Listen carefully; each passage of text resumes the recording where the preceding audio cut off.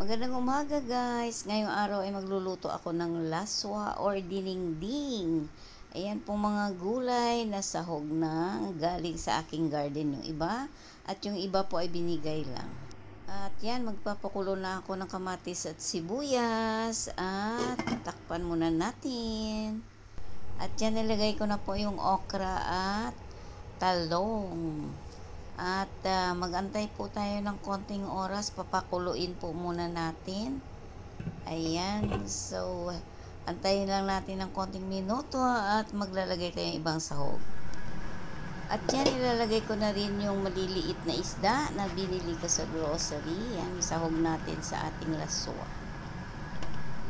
At ayan guys, kumulo na. Ayan, ilalagay naman natin ang ating konting panimpla. Meron na po siyang bagoong at lalagyan ko siya ng patis. Konting patis lang po at ayoko nang masyadong maalat din.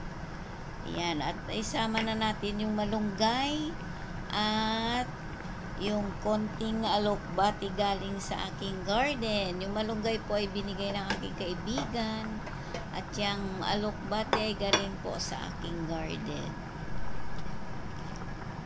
Ayan, takpan natin at maghintay ng konting oras. Ayan, at ayan, tikman na natin guys kung okay ba yung lasa nito. Ayan, masarap at healthy po ang ating ulam ngayong umaga. Ayan, umaga, tanghali na naming ulam ni Mr. Yan. Ayan, konting konting sahog at konting gulay. Ayan, okay na guys, masarap. Masarap sa aking panlasa. Ayan ang ating ulam for today. So, ito na po ang ating laswa or dinengding. Ayan na po. Very healthy ang lunch natin ngayon. At may kasama po siyang pinaritong isda at meron din po tayong sausawan. So, ang sarap po ng ulam natin for today.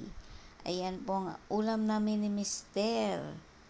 Ayan, so healthy. So, thank you for watching guys. God bless you all. Bye-bye!